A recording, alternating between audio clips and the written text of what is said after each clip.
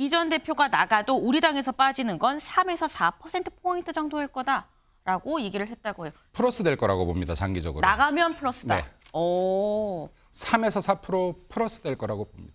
일단 변해야 되는 건 이준석 대표다. 배신의 아이콘도 이준석 대표다. 지금 김민수 국민의힘 대변인은 이 아침에 멜경제 MBN 프로그램 나와서 김은미 엠카가 물어보니까 이제 기사를 읽으면서 물어보니까 제명 즉 당에서 축출 제명을 시키는 게 국민의힘 지지율에 3에서 4%포인트 도움될 거라고 일단 전망을 했어요. 네. 네, 일단 이준석 전 대표는 현 정부 그리고선 국민의힘 지도부를 위해서 연일 비판의 목소리를 내고 있잖아요. 네. 이거에 대해서 대변인이 이 전 대표가 당을 나가면 지지율이 3에서 4% 오를 것이라고 얘기를 한 건데 이거에 대해서 이 전 대표도 입장을 냈습니다. 아, 그래요? 어제 SNS에 글을 올렸는데 네. 이 방금 보셨던 그 방송 화면을 올리는 동시에 실제로 이렇게 3에서 4% 지지율이 오른다면 즉각적으로 이준석을 제명해서 당 지지율을 올리라고 얘기를 했고요. 그러면서 우물쭈물할 때가 아니다. 여유가 없다고 촉구하기도 했습니다. 그리고 오늘 또다시 SNS에 글을 올렸습니다. 이준석도 자르고 유승민 전 의원도 자르고 하태경 의원도 자르고 한 10명은 잘라야 내년 총선 당선권에 가까워진다면서 우회적으로 당을 비판했습니다. 이미 이준석 대표는 좀 시한을 좀 못 박았잖아요. 국정쇄신, 당쇄신해라 이러면서 한 100일 정도면 충분하다라는 이야기를 했고 또 유승민 전 의원의 경우에도 뭐 12월에 뭔가 변화가 있을 듯한 이런 이야기를 했기 때문에 아무래도 이준석 전 대표나 유승민 전 의원이 좀 같은 계열로 분류되는 경향성이 있지 않습니까? 그렇기 때문에 이들 사이에서 뭔가 정치적 계획이 있는 것이 아니냐라는 분석도 나오고 있고 네. 또 그것이 특히 12월쯤에 뭔가 변화로 나타나지 않을까 이런 예측들도 나오고 있는 것 같습니다. 네. 근데 여당 내에서도요. 이준석 전 대표 제명을 반대하는 목소리도 있어요. 얘기 한번 들어보시고 이어가 보도록 하겠습니다. 만약에 이준석 대표가 나가서 유승민 의원하고 같이 신당을 차린다 어떻게 되겠습니까? 그 신당이 소위 말해서 영남권에는 영향이 안 미칠 수가 있습니까?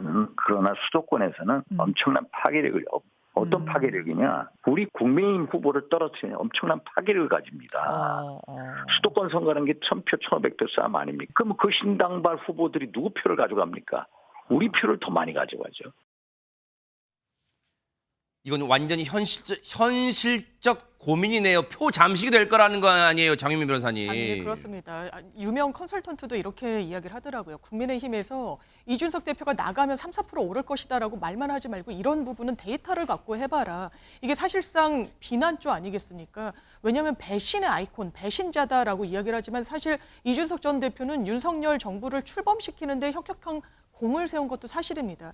지금 이준석 대표도 크리스마스 이브 보고 있다라고 이야기를 하고 유승민 전 대표 같은 경우에도 12월에 결단을 하겠다. 그게 신당 창당이 될지 아니면 내 개인적인 결단이 될지는 그때 가서 정확하게 입장을 표명하겠다라고 하는데 지금 제3지대에서 나가게 된다라고 하면 물론 윤상현 의원이 지적한 대로 영남권에는 큰 영향이 없을 겁니다. 워낙에 지지세가 공고하니까요. 지금 서울 수도권은 다릅니다. 윤석열 정부를 탄생시켰지만 강서구 선거를 보더라도 바로미터다라는 이야기가 나올 듯이 정부의 실정이 있다라고 하면 출렁이는 게 이른바 수도권 민심이거든요. 강서구청장 선거 이후에는 서울 수도권 국민의힘의 당협위원장들이 정말 아우성이라는 표현을 감추지 않고 쓰고 있습니다. 굉장히 분위기가 좋지 않다라는 겁니다.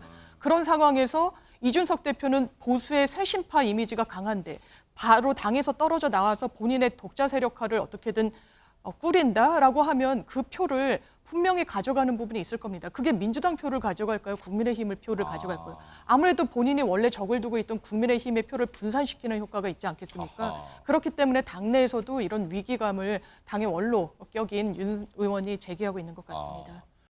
우리 윤석열 대통령께서 작년 신년 인터뷰에서 내년 총선에 이기지 못하면 식물 대통령이 된다는 말씀을 하셨어요. 우리 현재 국민의힘에서 할 수 있는 게 아무것도 없어요.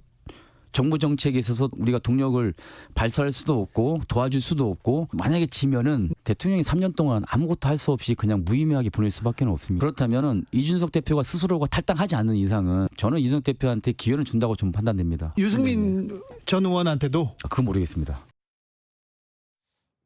이용 의원은 사실 대선 때 윤석열 당시 대선 후보 수행실장도 하면서 뭔가 지금 친윤계로 이제 분류가 되는 인물인데 그렇다면 저 발언은 윤석열 대통령까지는 모르겠지만 용산 대통령실의 어느 정도 의중 분위기가 좀 전달된 발언이에요. 어떻게 봐야 됩니까? 저는 그렇게 보진 않습니다. 친윤계는 맞아요. 말씀하신 것처럼 이용 의원이 친윤계는 맞고 수행시장도 했기 때문에 가까운 것은 맞지만 저 발언이 대통령실과의 교감위에서 이루어졌다 그렇게 보지 않습니다. 저는 대통령실은 아직까지 이준석 대표에 대해서 그렇게 호의적이지 않다고 보고요.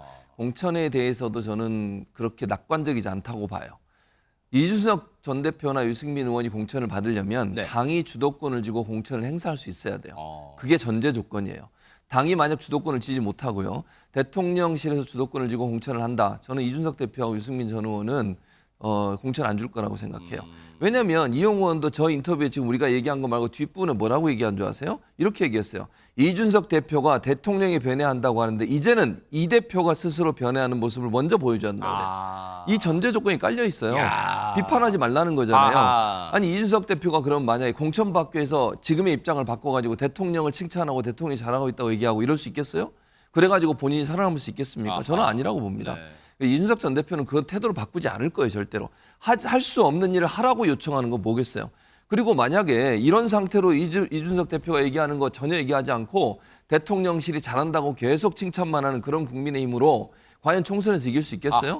저는 그건 아니라고 보거든요. 네. 그런 차원에서 본다고 하면 이용원의 이 말은 이준석 대표한테 좀 바꾸세요. 비판 그만하세요. 이렇게 더 들리는 것이지 이준석 대표가 지금처럼 해도 공천 줄 테니까 걱정하지 마세요. 라고 들리지 않습니다. 네. 전제 조건 아까도 말씀드렸어요. 이준석 전 대표나 유승민 의원이 공천을 받을 수 있는 상황은 네. 당이 주도권을 쥐고 공천할 수 있는 상황이 될 때. 네. 그리고 대통령실은 제가 볼 때는 이준석 전 대표나 유승민 전 대표에 대해서 공천을 주겠다는 생각을 아직까지는 없는 것으로 저는 개인적으로 생각합니다.